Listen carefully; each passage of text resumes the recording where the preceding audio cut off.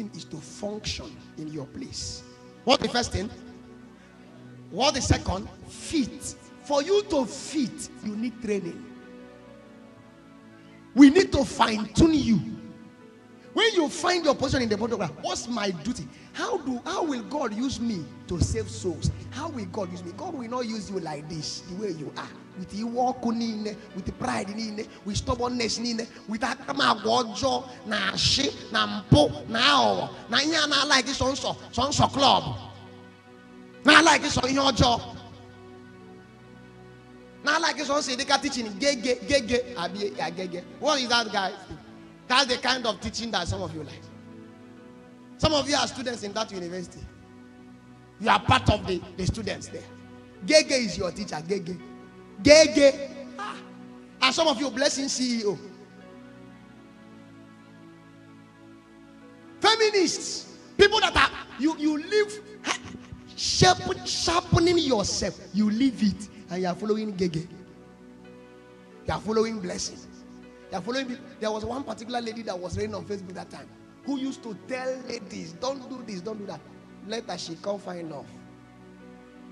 Say, how can you allow a man? I mean, I'm not a man. And after some time, you say, oh, I came to announce to you that I don't find love. Why did you find love, sister? What happened to people that are following you? And my problem is that when you go to their comment section, you see people that go to church, believers. Some of you even share their posts on TikTok. The one that fits you. You don't know that it's not about what the person said for now. What will he say tomorrow? If you share his post today, and that thing is very okay, what about tomorrow when he will be talking nonsense? Will you be there? What about the people that will follow that thing that you posted and begin to follow that person? That's why a believer must be conscious. You are a harvester. Everything you do is either you are helping to bring the throne to David, or you are helping to scatter the throne. Is somebody catching what I'm saying? This teaching is boring, right? Is it boring? No, even if it's boring, at times you need it. There are different kinds of drugs now. One vitamin C, one chloroquine. Any vitamin C, my son, Jesus Christ of Nazareth, my son. My vitamin C, my chloroquine, and then with Daniel, move for the just and it's your card, and actually, Israel, and you don't know about Jack, and you may be Yakanon. Some of you are like that. I want us to pray. Make me a helper of war. Make me someone that you are going to use. What is that place you want me to find? I want to fit, and I want to function. I want to fit into it. I know it may look as if what I'm saying doesn't make too much sense. But brother, let me tell you, there is a lot to do. There is a lot. Sonny boy, are you hearing me? There is a whole lot to do in the land. There is a whole lot to do outside here, not even only here. There's a whole lot to do. You need people that have the same burden that you have. People that have the same passion that you have. Let's come together. Let us fight. David said, all of you. In fact, there was even a time that David told them, carry your weapons. Go to the military garrison of the Philistines. Fetch water for me. You know what is called military garrison? A place where they have armies in their numbers, concentration. David called these guys and said, I want all of you to go to that place, fetch water for me. If they send you to the camp of the enemy to fetch water, how do you fetch the water? It means you are going to carry your cup in one hand and your weapon of war in the other. What? I'm telling you. Many of you do not know that the reason why you are this beautiful is because you are a weapon of war. You are supposed to carry something, create something, function.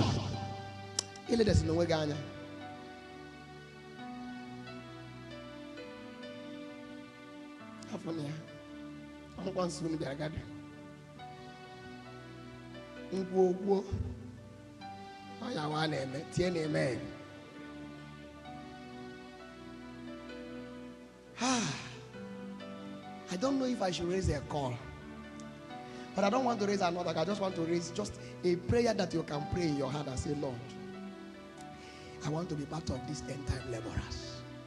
Anyhow you will do it.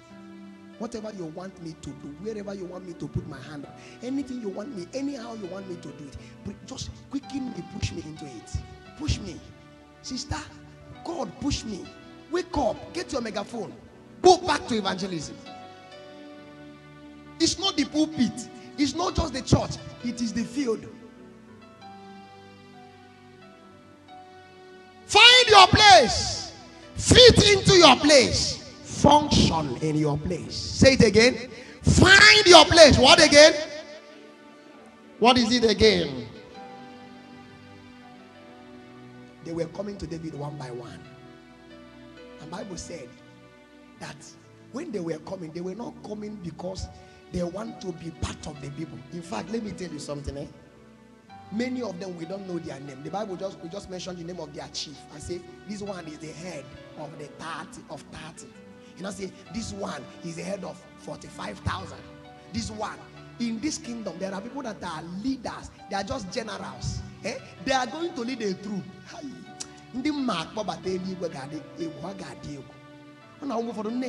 When I watch almost by them. A man of God was talking the other day, said that they did a crusade and it was 500,000 people that 500,000. Like he was just mentioning 500,000 as though. Like he was just mentioning it. Me, if I see 800, I will be very, very excited. But he said, you know, we just had about 500,000 people gathered somewhere. No, some of you are shaking your head. Do you know how many people that come to RCCG convention? That 1 million persons will be sitting down. When they raise altar call in that redemption camp, people are still going to answer altar call. They are finished praying for people that came, and they are doing another thing. They are even doing it. People are still going. Somebody told me that a time came when they raise altar call, people jump into bus so that the bus will carry them to the altar where the altar call is being called. People keep flowing. They keep going. They keep going. They keep going. Then we are in Umunze. Now, no.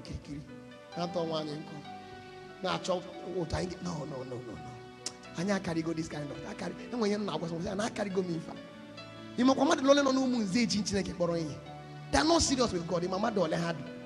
What am I dragging with you? What am I fighting over? Let us go out there. And I want to tell you, if you are interested in this thing, you need to say, Lord, there is some today. Sharpen my sword. Forget about your name. Many times they are nameless people. They are faceless people. But you see, they are not faceless in heaven. God knows their name. And there is always a register. They came with their gifts. They were faithful. They were committed to David. They were committed. These are the harvesters that we are talking about. And I don't know how many of you that are ready to say, Lord, give me grace. I want to be part of the people. Now listen, when I was praying before I came, the Lord said to me that there are several street evangelists that are here. They are not just evangelists, they are street. They are just, the calling they have is just on the road everywhere. They are supposed to be preaching individually to people. They know, but they are not doing the work. Street evangelists, they are here, they are plenty. Because they are not working, that's why we are still scanty. That's why we have not reached 5,000. That's why we have not reached 10,000. That's why we have not reached 1,000. If all the street evangelists here will wake up and do their work, those that are singing workshop and they are doing their work. I'm not talking about choir. Please, brethren, and I sing one shit, and I am not sure. I sing one show through choir. Are you getting me? Not that I'm talking about a real using this grace that God gave you, being a blessing to lives, crying to God to drop something on your voice, so that when you sing, it will not be normal. It will move beyond normalcy and enter into that level. I'm talking about somebody nearby. Now, suddenly saying, "Can even game? Come so nandi chineke get use." Some of you get better. And somebody like that is God. Okay, for today, let me submit myself. What training do I enter so that I can become a prayerful person? That's what I'm looking for. Several people that you see here, Pastor, watch them, you see Chris, and you see all of us. I was telling them at a place where I went. I said, I didn't grow up praying. Look at Bright. When Bright was in Austin Secondary School, I know him. And now he's a very big giant. Full stop. Or something. Even me too. Now I have grown. Are you hearing what I'm saying now? But you see, God can bring a full stop and stretch the full stop. The full stop will now become like a long dash. We become a giant. We become a question mark. I'm telling you. But the only thing is, you will offer your life and say, Lord, I don't want to play anything again. I just want, can there be a use? Now listen to me. Some of you, you need to go back to your church. Some of you, the place where you are is not where you should be. Some of you, you need to pray. You are in the right place, but you are not functioning. I get me now. Finding your place, fitting into it, and what? Functioning. God said you are a pastor. So how? How far? Where are your people? Where are the people that are feeding? If you love me more than this, feed my sheep. Do you have a way of feeding people? Who are the people that you feed? You say you are a pastor. How come 3 years, 4 years, 5 years, you have only one person? If you are feeding the person well, don't you think the person should bring others? So the reason why others are not coming may be because you are not feeding the person well. I'm telling you, one of the ways, Bishop Oedebo said something. He said, grow the grass and the sheep will gather. Grow the what? Don't say sheep. Come on. Don't say sheep. Don't. It was when I was doing school of ministry under Femila's Road. He taught us something. You know that time when we come to do opening prayer, those days, he say, Father, everybody that is supposed to be here that is not here, cause his leg to be fast. Push him, Lord. Bring him, Lord. Even but you don't have enough grass. But you know there are places that people gather like this by 2 hours before the fellowship. In Abuja, Koinonia, I called my friend one day around 10 o'clock in the morning. Where are you? He said, I'm in church. I said, I thought you said you are a worker in Koinonia. He said, he's in Koinonia now. I said, you are in Koinonia by service that starts by 4 p.m. He said, they are already. He said that if you come here now, and there's no space now, people will come as early as in the morning so that they can find seats to hear a man, a human being. People will just gather. By 10 in the morning, I said, what kind of anointing is that one?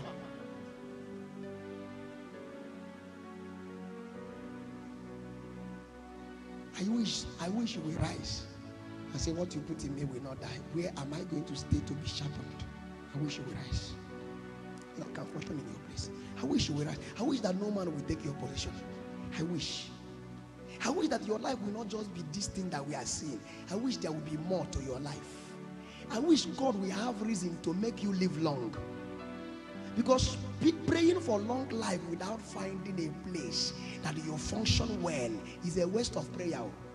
If you find your place and you are functioning there, God will fight to make sure that you don't die before your time. Because there are people hanging on your neck that you need to recruit.